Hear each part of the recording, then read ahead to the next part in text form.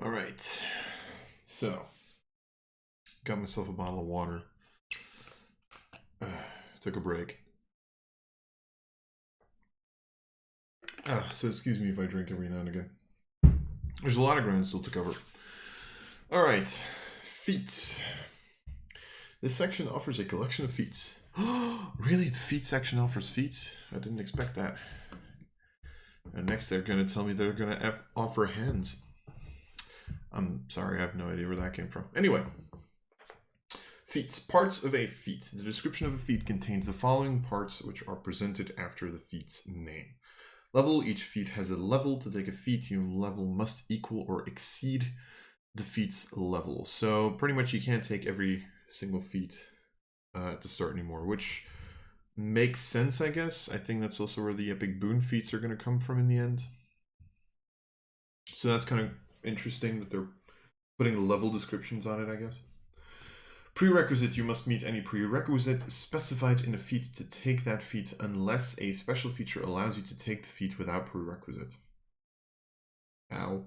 If a prerequisite is a class or class group, you must have at least one level in an eligible class to qualify for the feat. So in other words, multi-classing allows for even more. To be fair, I don't have a problem with that. I actually like multi-classing.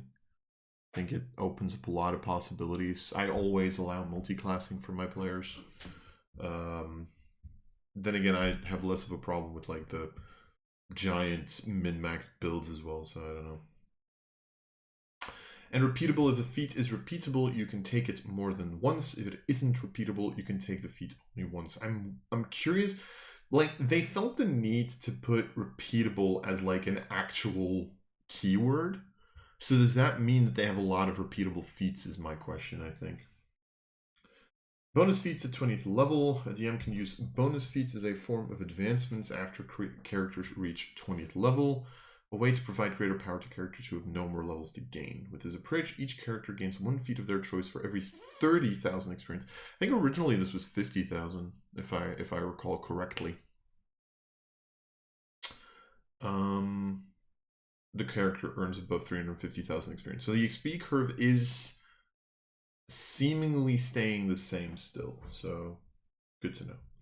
Epic boon feats are especially appropriate, so pretty much they're saying you can also pick epic boon feats for this, which again is similar. But again, I mean, again, I did mention that does mean that they're probably going to have to put like the epic boon feats in the player's handbook if they print this. So that's going to be interesting. Because I think originally those were in the DMG.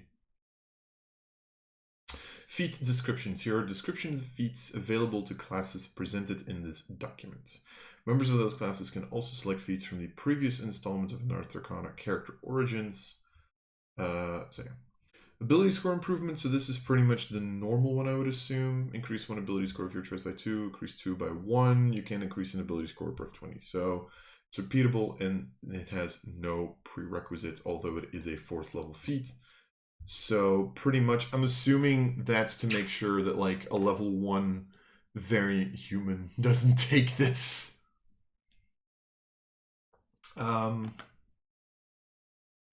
Actually, if they're calling these 4th level feats, does that mean unless a special feature allows you to take the feat without the prerequisite? Actually, yeah, I just realized that means in theory, if variant human stays the same, can't a variant human take the ability score improvements? Actually, I'm starting to wonder now. I have the document here. I kind of quickly want to check something because I just realized something. If the original character origins still have this. Wait, character race is humans. Creature type, resourceful, skillful.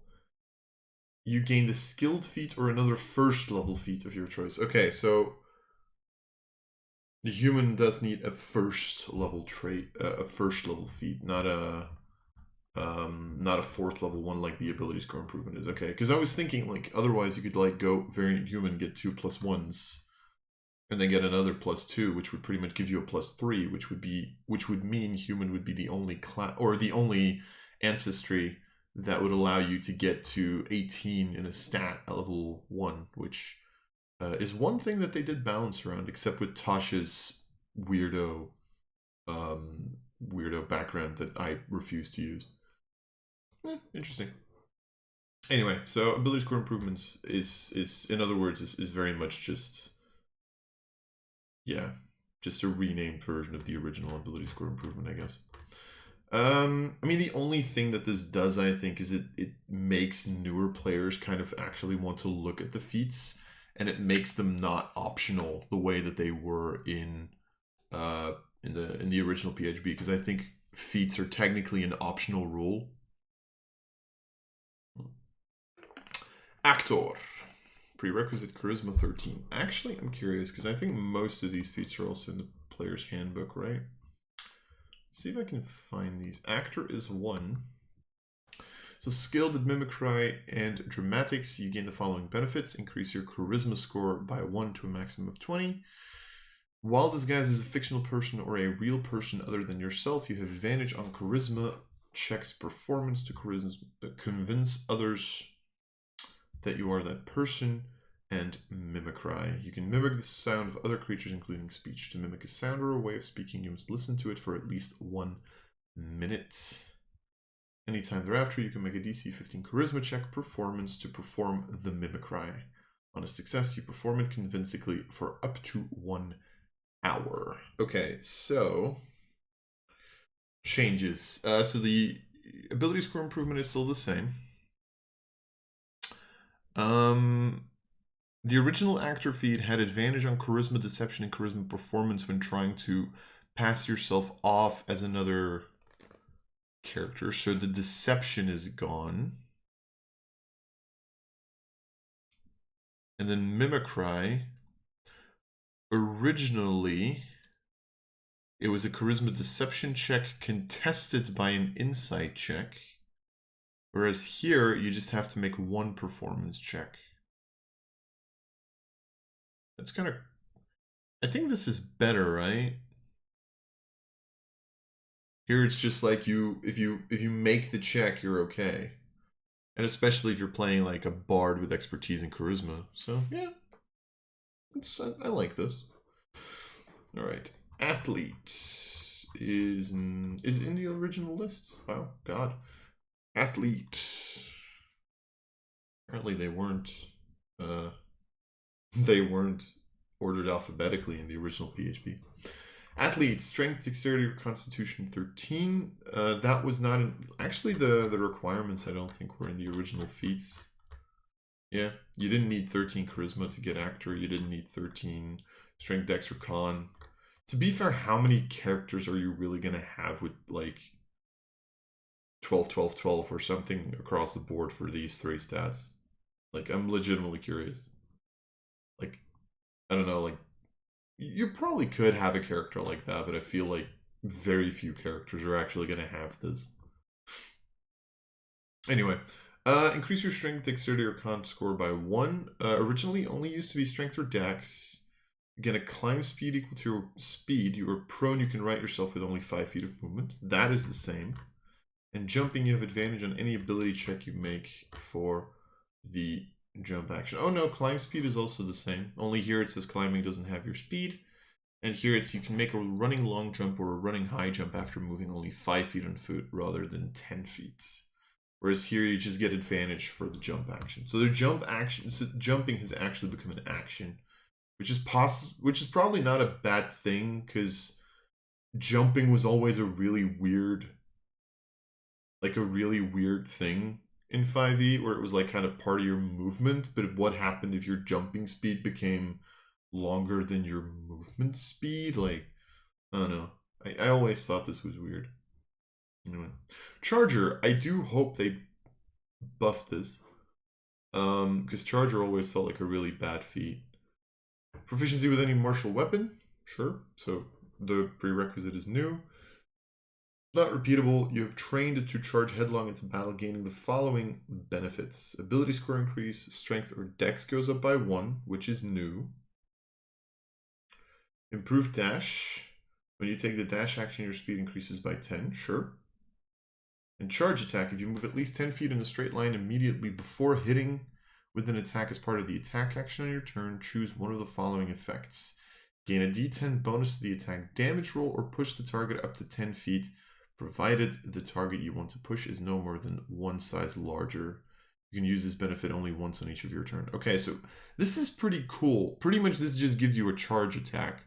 Originally what would happen with Charger is if you move 10 feet, you take a bonus action. Wait, hold on. You had to use your action to dash, and then you could use a bonus action to attack. You get a +5 to the attack's damage if you hit, or you'd push them away. I actually like this more, because here's the thing. With this version, they're not saying you have to dash, right? So you can just attack as your action. Your speed just increases by 10 feet for dashing, so a normal 30 feet dash would become 40 feet times 2 would be 80. So this might actually be really good on Rogue, where you can just like go 40 40 40 rather than 30 30 30. So that's really cool actually. Or on Monk, if they don't change Monk too much. So yeah, I like this. You just get like a D8 additional, which is 4.5 on average, which means it's very similar to the original damage roll. And you still have the 10 feet. Although strangely enough, Charger originally did not have... Oh, wait, no. You actually have to shove, and I think shove also always had this thing of like the size difference. So it's actually a decent buff, and I like it. So that's good. I like this. Crossbow expert, proficiency with any martial weapon, which is weird because you'd think you need proficiency with a crossbow. But anyway, I'm assuming this is so. But then technically this means that you can't have this on like simple crossbows, which I don't know if I like that. It's a little weird. Anyway, ability score your dexterity. So pretty much all of these feats seem to give an increase to your stats, which I like. I like that, because that kind of... A lot of these feats had that issue where it was like, it's just a feat, you're not getting an ability score improvement. This also kind of gives value to putting your starting ability score at like 17 rather than 18. So I'm actually a pretty big fan of the fact that every single feat seems to have like an increase to a stat now. I'm actually a really big fan of that. And not all of them require like that stat to be at least like you could technically take this with like a 10 in your dexterity. I don't know why you would, but you can. I like what they're doing here, honestly. So increase your dex by 1. You ignore loading, which is still the same. Firing in melee, being within 5 feet of an enemy doesn't impose disadvantage, which is the same. And then dual wielding, when you make the extra attack of the light weapon property, you can add your ability modifier to the damage of the extra attack if that attack is with a crossbow that has the light property. So here pretty much, instead of saying that you have a one-handed attack and then you bonus action shoot with a crossbow, here you make if you already do dual wielding, you can just add the damage to your crossbow. So I think this is a bit of a nerf, but it's okay, I think. To be fair, Crossbow Expert was a pretty decent feat, if I'm actually a really big fan of Crossbow Expert. I kind of wanted to do something with like an Artificer Crossbow Expert thingy, which I thought was kind of cool. Anyway, Defensive Duelists. Always liked this feat, but always thought it was pretty weak. So, Dexterity 13+. You've learned to deftly parry attacks, granting you the following benefit. Dex goes up by 1, makes sense. You're holding a finesse weapon, and another creature hits you with a melee attack. You can use your reaction to add your proficiency bonus to your AC for that attack, potentially causing the attacks to miss you. Exactly the same thing. Ironically enough, the original Defensive Duelist already had the Dexterity 13 prerequisite, So they pretty much just gave you a +1 to your dex, which, yeah, that's kind of cool. Nice. I like. Dual Wielder. Ironically enough, a feat that I'm going to be playing with soon, so good to know. Proficiency with any martial weapon, which again I find weird because apparently that means you can't take Dual Wielder if you're not like with daggers. I mean, you know, I don't know. So increase your strength or dex score to 1 by 1, which, you know, again is a small buff. Enhance dual wielding. When you are holding a weapon with the light property in one hand, you can treat a non-light weapon in your other hand as if it had the light property. Aha! Okay. They hard nerfed this.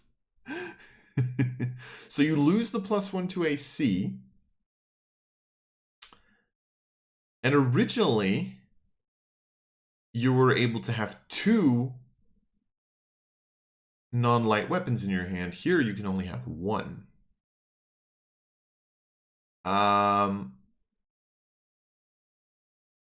So gotta be honest. And then you can stow and draw 2 weapons that lack the 2-handed property if you would normally only be able to draw or stow 1. I'm kind of sad about this because I like Dual Wielder as a feat. I think this is because a lot of aggressive builds just go dual wielding. Yeah, I'm kind of sad about this. To be perfectly honest, this is like one... I'm not going to say I'm not a fan of it. I understand, because again, this is like... It's relatively similar to Crossbow Expert, where this is a pretty good feat. I think like for dual wielding builds, this is like...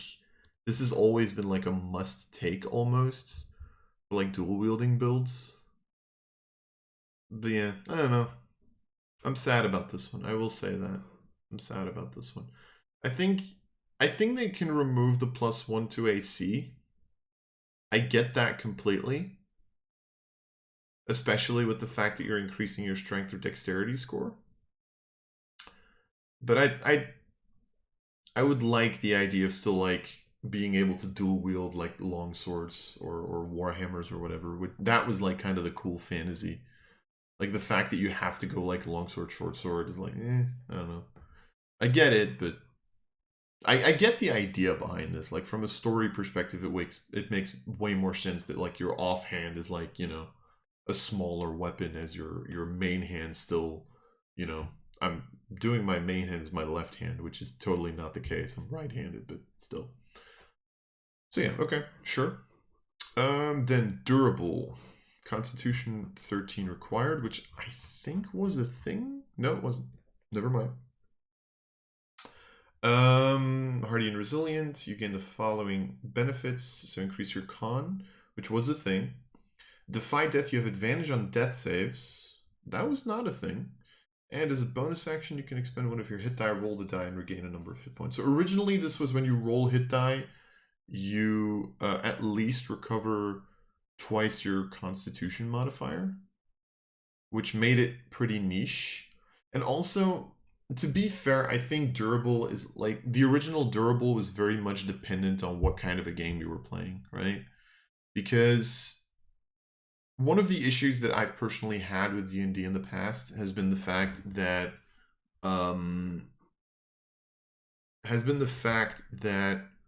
hit dice were very underutilized in my personal opinion. I actually feel like there should be a lot more just mainstream abilities where you can use your hit die, because I think that would be cool.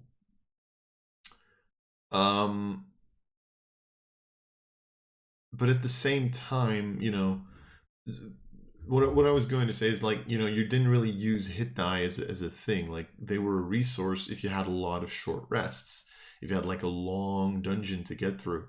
But that doesn't happen as often, I feel, as I think. There's probably campaigns in which it does happen, at which point, you know, durable is a really decent feat. But now there's like a value to it always, because as a bonus action, expend a hit die, and you're getting like now with this feat, you kind of have your own inert healing, where you can just continuously keep on healing as like a bonus action. Sure, you still have the disadvantage of it only getting back half your hit die on the long rests, but now you have a lot more use for them outside of short rests. And if you have like just a 1 day encounter and it's a big encounter, okay, now you have way more use out of it. So although here it does say that you roll the die and you regain a number of hit points equal to the roll.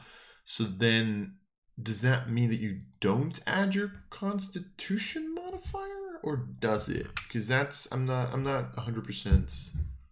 I'm not 100% on this. I have to ask for the wording. I might actually ask for the wording on this.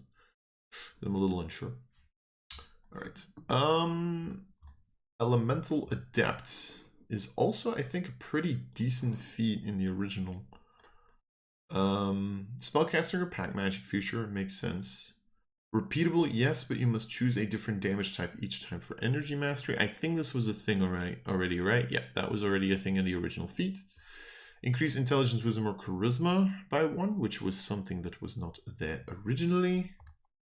Energy mastery, choose one of the following damage types: acid, cold, fire, lightning, or thunder.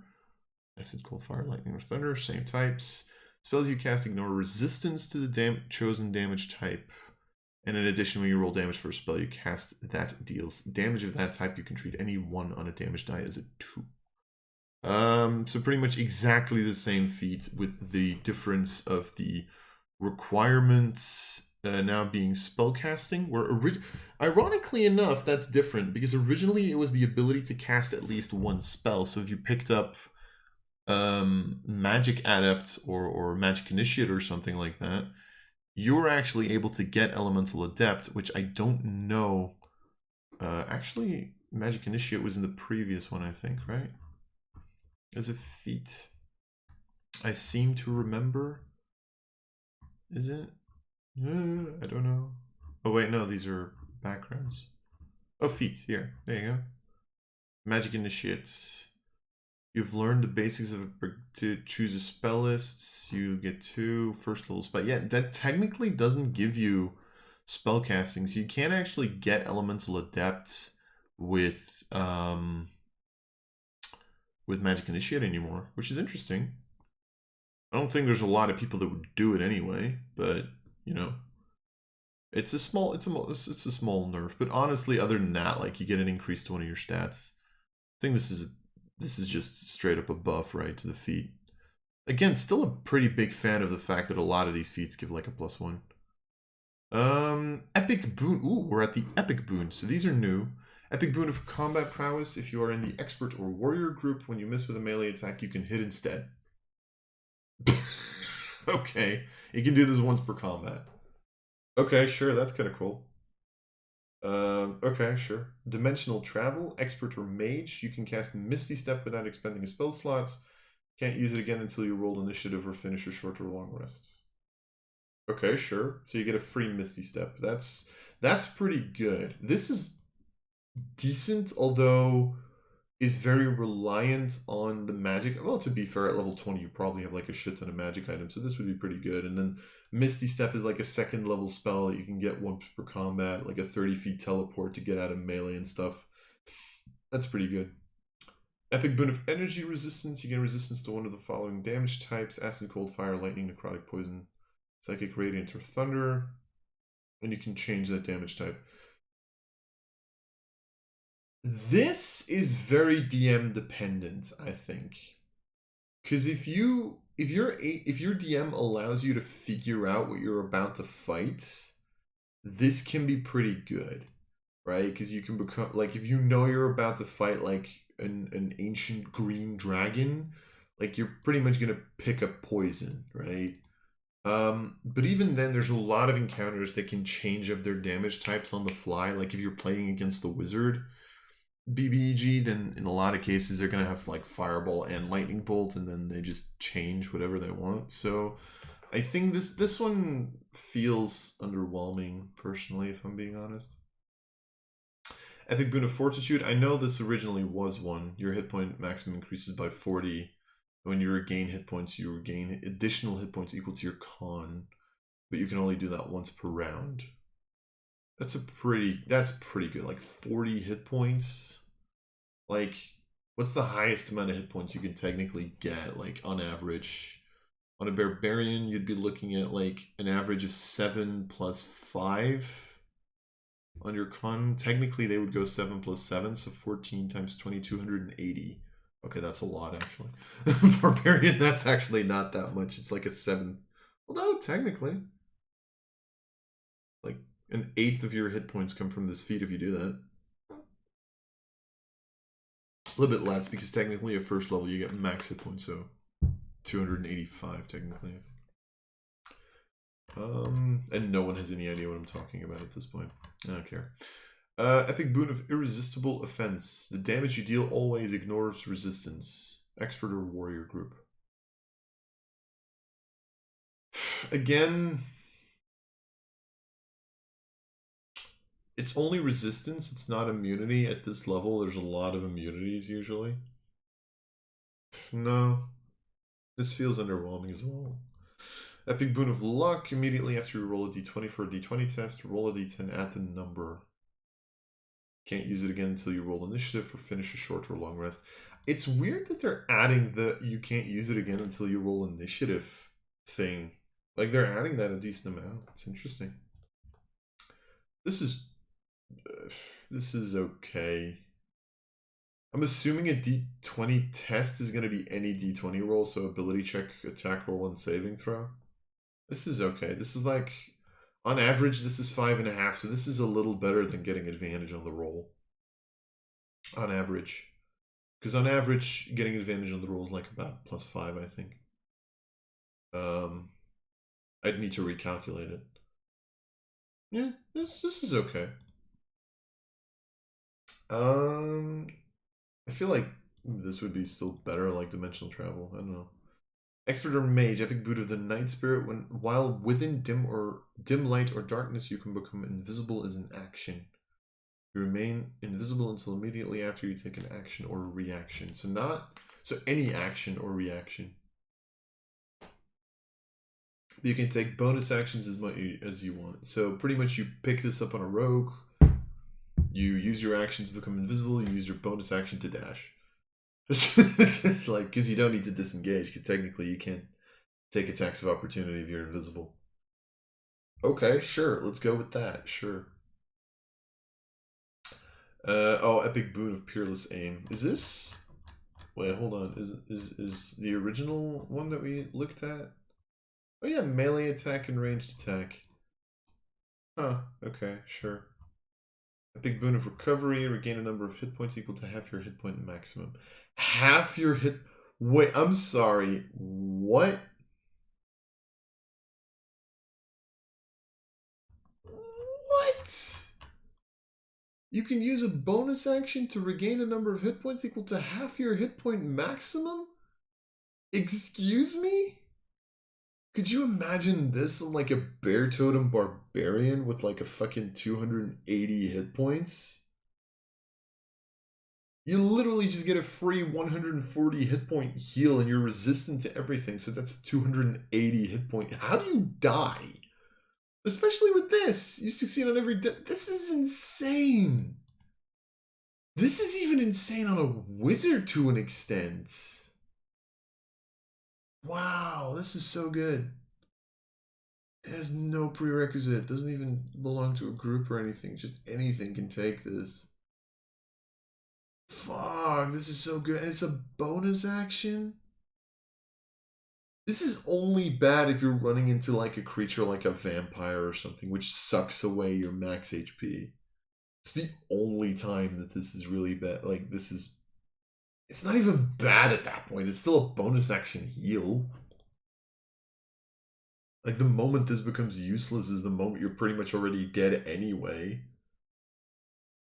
Fuck, this is insane. I like this a lot.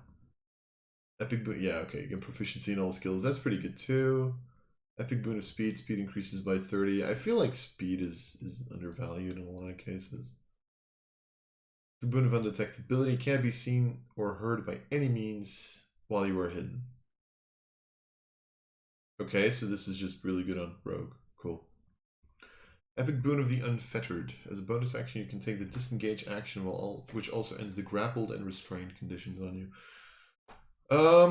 Definitely not taking that on a rogue, because like half the fucking feat is useless. I don't know. Oh shit, wait, what? Wait, fighting styles are feats now. But you can only take them as like if you're in the warrior group. Huh. Cool. Cool. Alright, so you have archery +2 to attack rolls, defense +1 to your AC, dueling, so it is still a feat, or it is still a feature. Still the same, while I'm wielding a melee weapon in one hand and no other weapons, again a +2 to damage rolls. Great weapon fighting, when you roll a 1 or a 2 on a damage die for an attack you make with a melee weapon that you are wielding with 2 hands, you can re-roll the die and must use the new weapon, must have the two-handed reverse style, so still the same, I think. Protection, all of these are warrior group, which means paladins don't get this. Huh. So it's interesting, because this pretty much means that you don't need to necessarily take it through your class. Because I'm assuming fighting style is going to be the shared ability that fighter, monk, and barbarian are going to get, which is really interesting. And ranger also gets 1 out of 3. Yeah. So all those feats are still the same, right? All the fighting styles are still the same, but now you can also just take them as feats, which is interesting. And I actually do like that, because there was always kind of this, well, to be fair, I think they made a feat, right? They ended up making a feat in Tasha's which allowed you to take a fighting style, so they pretty much just took that and just put it here. So I'm not against that, personally. I'm not against that. I think that's decent. I am a little weirded out that there's the prerequisite of the warrior group, although I am expecting paladin.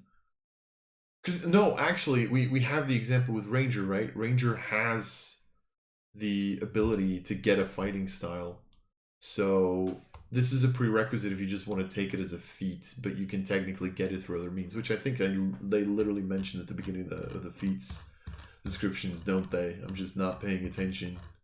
Isn't that a thing? I think they literally said it. You must meet any prerequisite special to take that feat unless a special feature allows you to take the feat without the prerequisite. Yeah, so pretty much, like, I'm assuming Paladin is going to have this as well.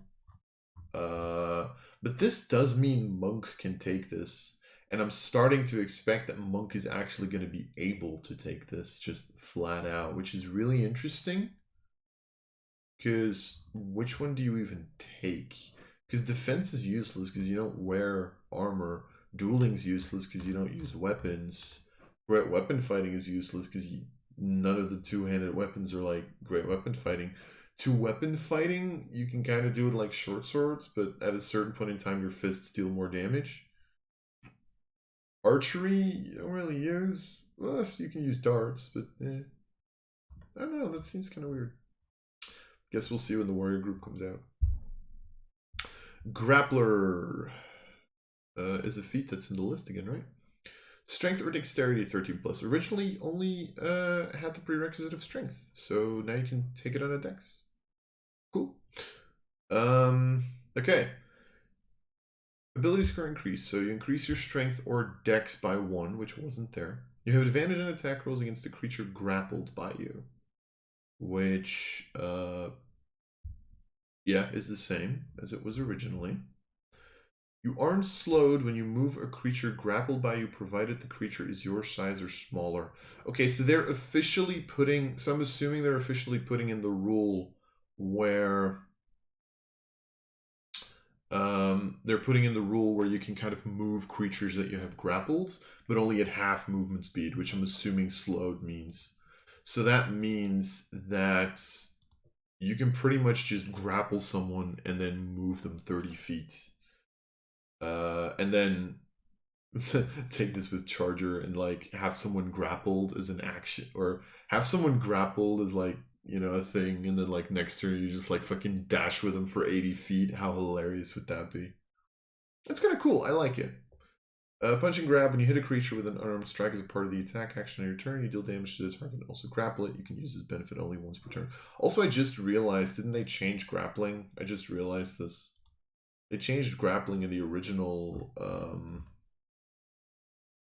thing, right? Oh yeah, it also says the D20 test is a thing here. Cool. Good to know. Oh, here, grappled. While you're grappled, you experience the following conditions. Your speed is 0 and can change. You have disadvantage on attack rolls against any target other than the grappler. The grappler can drag or carry you, but the grappler softens the slowed condition while moving, unless you are tiny or 2 or more sizes smaller.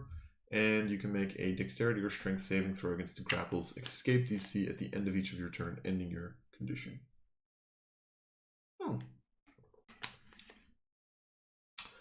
Okay, that's... So in other words, yeah, so pretty much you don't have the slowed condition the same way that you originally did. That's kind of cool. I like this. It feels like Grappler's a little bit more powerful, because originally like Grappler was like you pin the target and now you're both restrained. I think it was, right? Hold up, I literally have it open here. Why am I not reading? Yeah, you can use your action to pin the grapple creature. And they did remove the fact that that creatures that are one size larger than you don't automatically escape. But then again, was there something with sizes and stuff with grappling? Can you grapple someone? I'm actually like looking at this now. Can you grapple someone that like... Your speed is 0, you have disadvantage on attack rolls. Unless you're tiny. You make it dexterity. It doesn't actually say anything about... Huh. Interesting. Okay. Anyway, sorry. That was Grappler. Yeah, okay. Great Weapon Master. I kind of already know something about this. Proficiency with any martial melee weapon which got added. Ability score increase, strength or... Oh no, just your strength. Yeah, it makes sense. It's always a two-handed weapon, right? Which I don't think there's a single finesse two-handed weapon, unless they're adding one, which would be cool. Immediately after you score a critical hit with a melee weapon or reduce a creature to 0, you can make one attack with the same weapon as a bonus action. When you hit a creature with a heavy weapon as part of the attack action, you can cause the weapon to deal extra damage to the targets. Extra damage equal to your proficiency bonus, and you can only deal it once per turn. So they changed Great Weapon Master, where you can't take the -5 for the +10, right? So originally you could take a -5 to the attack to then deal 10 additional damage. Now you just deal extra damage equal to your proficiency bonus. So this is really good against like low AC targets where you have a pretty high chance of hitting. There was also a combo for people who've seen Imanod. Shiloh uses the combo a lot where she takes the -5 on the attack, but she can get a +10 with her Channel Divinity. So there is an element of like, you know, so there is an element of strategy and a way to build around Great Weapon Master.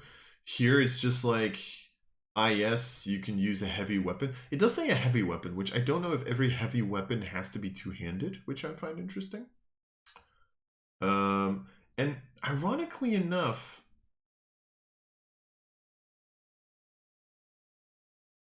yeah, this is just a melee weapon attack. I didn't know that was a thing. Anyway, oh, the original Great Weapon Master Feat was also with a heavy weapon. Okay, sure. I'll go with that then. So you pretty much just add your proficiency bonus. And you can only do it once per turn. So you are taking a pretty massive hit to your damage. But you do get it automatically. So, I don't know. And also it's only part of the attack action, so you can't do it on reactions, which is interesting. I think they're very heavily playing. I think they realized that like reactionary attacks triggered a lot of this shit, and they were like, yeah, you know, how about we don't do that? I don't know, just interesting. Interesting to think about.